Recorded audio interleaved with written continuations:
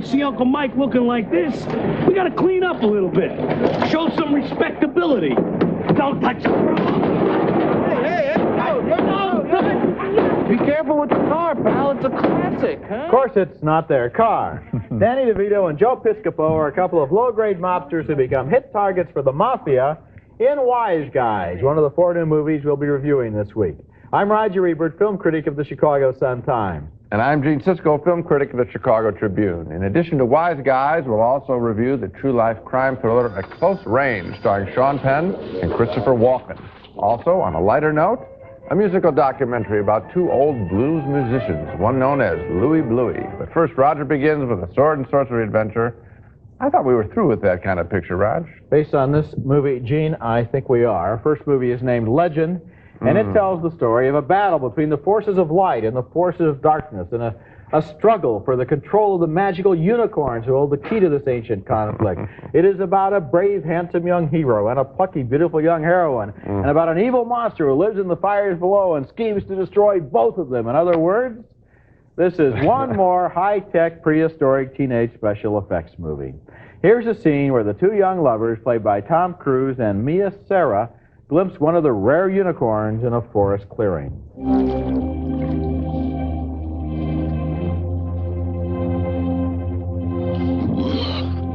You spook the beast and spoil the trap.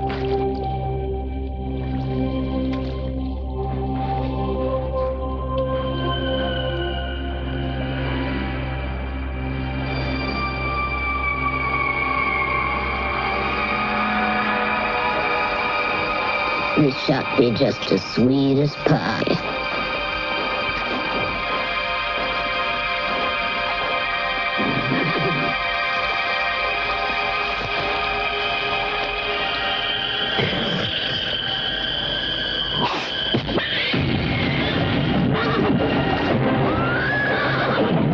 The young girl looks innocent there, but before long she's lured into the underworld and seduced into becoming an evil priestess.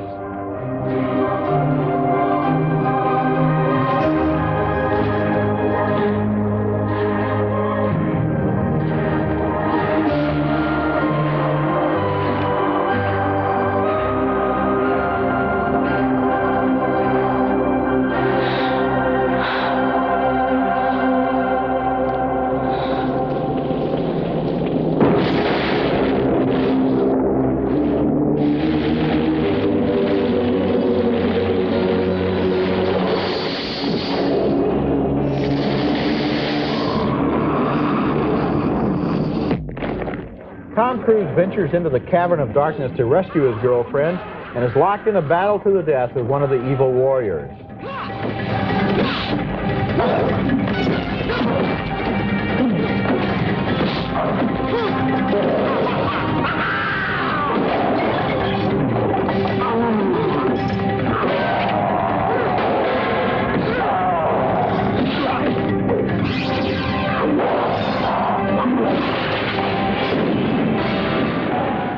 I'm struck once again watching those scenes as to how good this movie looks and how interesting it's not. This is the kind of movie that either you get into it right away or you don't get into it at all, and I didn't. Legend has all of its parts in the right places, and the special effects look great, and Tim Curry from Rocky Horror Picture Show does a terrific job of playing the Prince of Darkness, but the movie lacks a certain lightness of touch. It's like a lot of other recent dreary sword and sorcery epics, all filled with dark shadows and pretentious declarations of doom and gloomy symbolism. A movie like this needs, what it really needs is a little of the cheerful Errol Flynn-style swashbuckling spirit of adventure from the old days of Hollywood. It takes itself too seriously and winds up getting lost in its own pretension. Gee, I wouldn't even throw any of the compliments you threw at it. I didn't think that Tim Curry to me looked like he'd come off that deviled ham little thing, that Underwood deviled ham package, and they just, dressed him up in the red stuff. The girl, they're using her for a music video, I suppose. Tom Cruise, one of my favorite young actors from Risky Business. What is he doing in a picture like this except cashing a big paycheck? I hope this is the last one he does. This genre has been beaten to death. To me, Roger, I thought what you were going to say at the end of that last clip is, Doesn't it all look the same? Doesn't it all blend together? Haven't we seen 20 hours of molten lava and rocks and creatures and all this stuff? It bores me to tears. They've lost it. There's no excitement. The first time, maybe, this is dead meat. Yeah, well, that's my whole point. The first time, maybe, this would have seemed better to you because it is a good-looking movie. It's directed by Ridley Scott, the man who made Alien, and it does have, you've got to admit, it has a level of technical competence to it. They've put a lot of interesting work into what's on the screen. Roger, they just haven't made it into a story that anybody wants to watch, Roger, or that anybody would ever care about. You know what that is? To me, that's just money. Give somebody $15 million or whatever this picture costs, and anybody can do that. Yeah, There's no achievement. They gave $50 million to the folks who may return to Oz, and they didn't do this well. Coming up next, how angry do you have to get in order to want to kill your father? I ought to give you a car. That don't mean nothing. I gotta see something in you. I gotta see you got something right here. Our next film, At Close Range, is going to be one of the year's most controversial, if anyone goes to see it. It's so violent that many people will stay away. What they will miss are two very fine performances in the service of a story that was pretty worthless to me. The performances belong to Christopher Walken and Sean Penn, two of our finest risk-taking actors, taking quite a risk playing two pretty rotten characters, with Walken being the leader of a band of thugs and Penn playing his unloved son, seeking to gain in some way his father's respect. Actually, I think Sean Penn would just rather take off with his girlfriend, played by the excellent young actress Mary Stuart Masterson. In the beginning, they have a nice, exciting relationship. I thought about your smile a lot. I thought about you, too.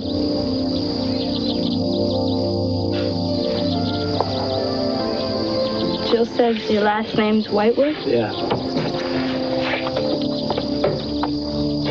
Your father's got kind of a rep. Well, yeah. Don't believe everything you hear. I gotta go. Wait a minute. Jill didn't give me a number or anything. 555-6239. 555-6239. Yeah, okay. Hey, wait, don't go. I gotta go.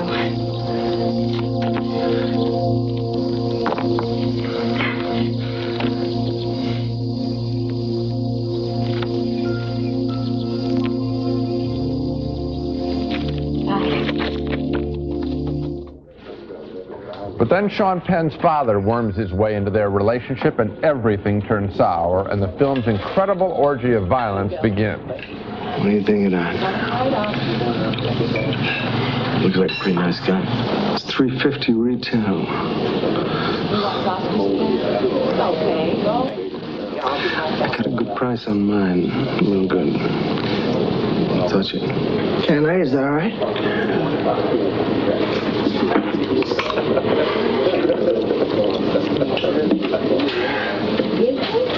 Like it? I like it a lot. That was Christopher Penn there as Sean Penn's younger brother, as he is in real life. At Close Range gets quite rough at the end. I think this would like to be some kind of cross between In Cold Blood and Badlands. It's supposedly a true story, but at the end it comes across to me more as an educational classroom film about the danger of playing with guns. Or at least it says, make sure you don't have a creep like Christopher Walken as your father, if you can avoid it. Or if he is a creep, get away from him, move out of home, even at age 2. So much as I admire the performance of this film, though, I have to ask the question, all of this quality in service of what? To me, it's a film that glorifies the very violence it wants to knock. There's so much glory and good-looking photography of the violence early on that I think the picture doesn't even know what it's putting on the screen. It's well acted and directed, but for me, thumbs down. Well, first of all, I don't believe there's a single frame of this movie that glorifies violence. Yeah, quite the opposite. This is one of the most realistic and unglorified portraits of violence I've ever seen. But the part of your review I agree with are the performances, Christopher Walken and Sean Penn. And with me, looking at this movie, it was a real close call because, frankly, this is an unpleasant story about unpleasant people. Right. And so there was a tendency to say, well, I just don't want to look at that, and so I'll give thumbs down. But the fact is, this is an extremely well-acted and extremely well-made film, and so I'm giving it a favorable reaction just on the basis of the fact that so much artistry and craft went into this story. But Roger, look at the films that I named, In Cold Blood, Badlands, also about creepy characters, films that I love. So there had to be a difference. And I know that you like those other films, Yes, because I know did. much better than this. What's the difference here? Here, I think the difference is that early on, the way the girl and Sean Penn are excited by, initially, the violence shows the attractiveness and the excitement of guns and all that. I think a lot of kids would back off much early on. I think this film embraces violence about 3/4 of the way, and then at the end, it tries to have it both ways and comes down hard against it. Oddly enough, when you mention Badlands, the funny thing about Badlands is that it does exactly what you say this film does. It does, in a way, present these people as people we can identify with, characters that we have sympathy for, and then places them in a violent situation. This movie doesn't do that. No. It's much closer to In Cold Blood. I just think it's such a good example of filmmaking that anyone who wants to keep up with what's happening in American movies and what's happening once again with these two terrific careers, Christopher Walken and Sean Penn, name me two better actors, has got to see this movie just to keep up with things. If you want to see the actors, fine, but I wish they picked a better vehicle to present their talents in, as they will, I'm sure, in their next film, because this one doesn't quite make it. Next at the movies, Wise Guys, with Danny DeVito and Joe Piscopo as two of the lousiest soldiers the Mafia ever had. How would you like to pay for this? Yes, that's right. Quickly. Take it out of there. That's a gold card. Yes, I believe I've seen them before. Where'd you get that in the glove compartment? Wise Guys, and this one's a real treasure, a great comedy about the Mafia that stars Joe Piscopo and Danny DeVito as a couple of very low-level New Jersey foot soldiers for the mob. One day they're given $10,000 of the Godfather's money to bet on a horse, and they bet on the wrong horse because they think he doesn't know what horse is going to win, but you know what? He did know what horse was going to win, and so they owe him $250,000, and they don't have a dime. So the Don decides their punishment, which is he secretly assigns each one of them to kill the other one. Here's the scene earlier in the movie, one morning at a mob-controlled restaurant where the Mafia boss is handing out the day's assignments. Mr. Costello, you forgot about me and Mo. I never forget about you and Mo, Harry. I always have plenty for you to do. Here.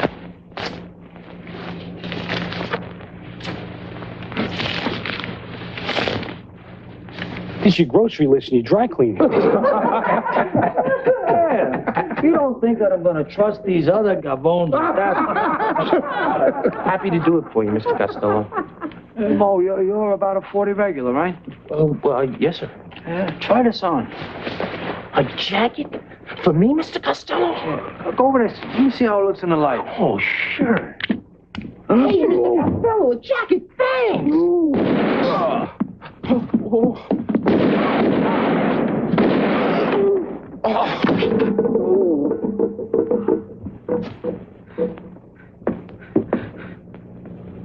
Wow. The jacket actually is bulletproof. That giant guy that you saw there with the horrible red or maroon sport coat is the enforcer for the mob, and later on the boss puts him on the case of these two guys after they've stolen his $250,000. So they are desperate. They know there's no place to turn, and so DeVito gets on the phone and pretends to be talking to his uncle in Atlantic City, an uncle who is a powerful mobster who, if he were alive, might be able to save their lives. Yeah. The ringing now. Louie. One more. Hi. Aunt Sadie, it's Harry Valentini, your nephew from Newark. Guess what? We're coming to Atlantic City. What's up? What's up? I see something else. It's Sadie's Uncle Mike there. I'd like to speak with him, please. She's getting Uncle Mike. What a card! Uncle Mike! Hi! Listen, Uncle Mike, I'm coming down to Atlantic City. Me and Mo Dickstein. What? He said to say hello. Let me say hello. No, hold on. Wise Guys is a movie with one big laugh after another, and yet the thing that really holds this movie together, and you could see it there, is the genuine relationship between those two guys, between Mo and Harry, between Piscopo and DeVito. They like each other, and they stick together, and they try to fumble their way out of this mess, and they're neighbors in probably the worst street in New Jersey. And they are surrounded, well, I'm sure that very nice people live there, but the side that they live on looks pretty bad. You're in trouble now, right? And they are surrounded, the people across the street are great, and they are surrounded by a movie full of some of the best character actors in the business. The big surprise for me in Wise Guys, incidentally, was Danny DeVito. I've liked him before, but he has never been better than this time, and this shows what he can do in a way that I think will be used in other movies now. Wise Guys was directed by Brian De Palma, who specializes in thrillers and crime movies, and he made Scarface and Dressed to Kill among his serious films. This is his first comedy in a long time, and it is a good, laugh-out-loud comedy. I don't even think that's strong enough. It's a great laugh-out-loud comedy, and I'm going to have a tough time at the end of the year deciding which film I laughed out loud the longest, Down and Out in Beverly Hills, this one, or Hannah and Her Sisters. I mean, this is really a riotous film, fabulous. DeVito, in his starring role, he's not supporting people now like in Romancing the Stone. He's absolutely terrific. There's a performance that you referred to, but I want to give credit to. The guy in the big red coat, I think he makes this movie work just as much as the two stars. That's played by a wrestler, a former wrestler, Captain Lou Albano. He plays the fixer. He plays this movie at a volume pitch that if I actually started to use it, I'd blow out every TV set that's watching us. I mean, it's a screaming performance that is hilarious. This movie, I don't know how this director, Brian De Palma, did it. He starts out at this level and keeps it funny and intense. It's just spectacular. Well, one of the things he did, just to repeat myself, is he fills the movie with great performances. We could go down the list and start. Oh, God. And the thing is, each actor is able to make his little character or his corner of the movie into a three-dimensional person, a presence here, so that these are people who are interacting with each other instead of, as is so often the case in crime movies, simply stereotypes or simply one-dimensional. Or vehicles for setting up a physical stunt. There aren't physical stunts here. They're people running into each other, not cars. That's right. There are a couple of lines in this movie. Now, one that I don't want to give it. I will. They talk about, you mentioned that the guy's name is the Fixer. He's known as the Fixer. At one point they say, "What will Mrs. Fixer think?" I laughed for about 4 minutes at that point. Coming up next, the story of another couple of colorful characters, not mobsters, but old-time jazz musicians. I'd hate to wake up anywhere and see that. If you're going to be an artist, paint something that looks like something at least you can relate to. Or it's just like something that jumped out of the Twilight Zone. The film is called Louie Bluie, a slim but affectionate documentary tribute to two old bluesmen, Howard Armstrong and Ted Bogan. Armstrong is nicknamed Louie Bluie, and here he is performing.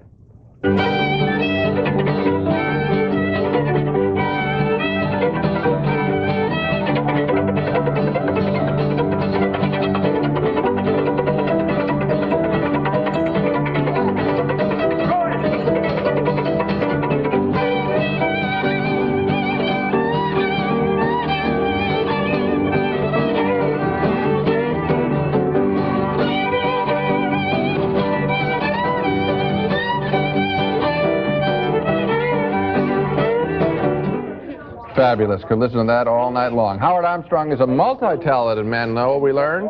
He also has created over his lifetime some amazing folk art drawings. What? To get my brushes, I pulled the hairs out of a cat's tail and put them in a quill, you know, goose quill, and made me a brush. There wasn't a cat in that neighborhood like me. Then the first time that I saw it rain on some crepe paper, it solved my problem. I saw that dye running out of the paper, you know, in the rain. All colors, you know. And then I got me some scraps of crepe paper and squeezed it out in a bottle. Then I had me some nice ink to paint with. That's absolutely inspirational, I'm sure, to that young child, and it is to me, too. Louie Bluie didn't set me afire, but it did remind me of our nation's great jazz heritage, and I was absolutely hooked by those drawings as much as the music. I did want to meet this Howard Armstrong. He seemed like a fabulous man, and I finally did. You know what? He's almost as interesting in person as he is on that film, and I mean that as a compliment, because his performance quality, as you can see there, is absolutely terrific. This is a guy you want to know, and the film lets you get to know him. He is a fabulous person, and we didn't really see Ted Bogan there, who is his partner, but he is interesting in his own way. He's kind of the deadpan partner. They've got this relationship that's been going, I think, for 60 years. And I want to tell you something about this film. Every once in a while in life, you walk into a situation and you look at it and you say, I wish I were a film director because this is a movie. And I want to tell you something.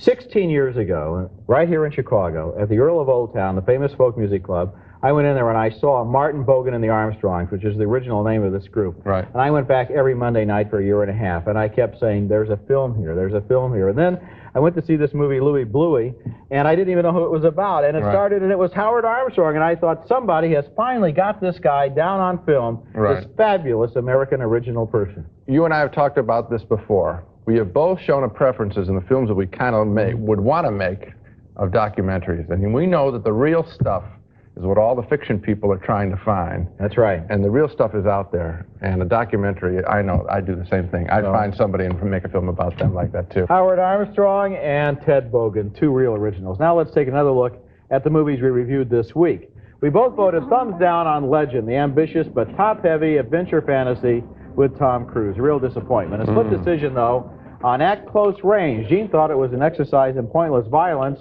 but we were both impressed by the performances of Sean Penn and Christopher Walken, and I vote thumbs up. Two great big thumbs up, though, for Wise Guys, the very funny new mafia comedy starring Danny DeVito and Joe Piscopo. And two more thumbs up for Louie Bluie, the documentary about two unforgettable musicians. And that one, by the way, is playing around the country, city by city, frequently in concert with Bogan and Armstrong on stage after the movie. That's it for this week. Next time we'll review 4 more new movies, including 8 Million Ways to Die, a murder mystery starring Jeff Bridges and Rosanna Arquette, and Offbeat, a romantic comedy starring Judge Reinhold and Meg Tilly. And until then, we'll see you at the movies.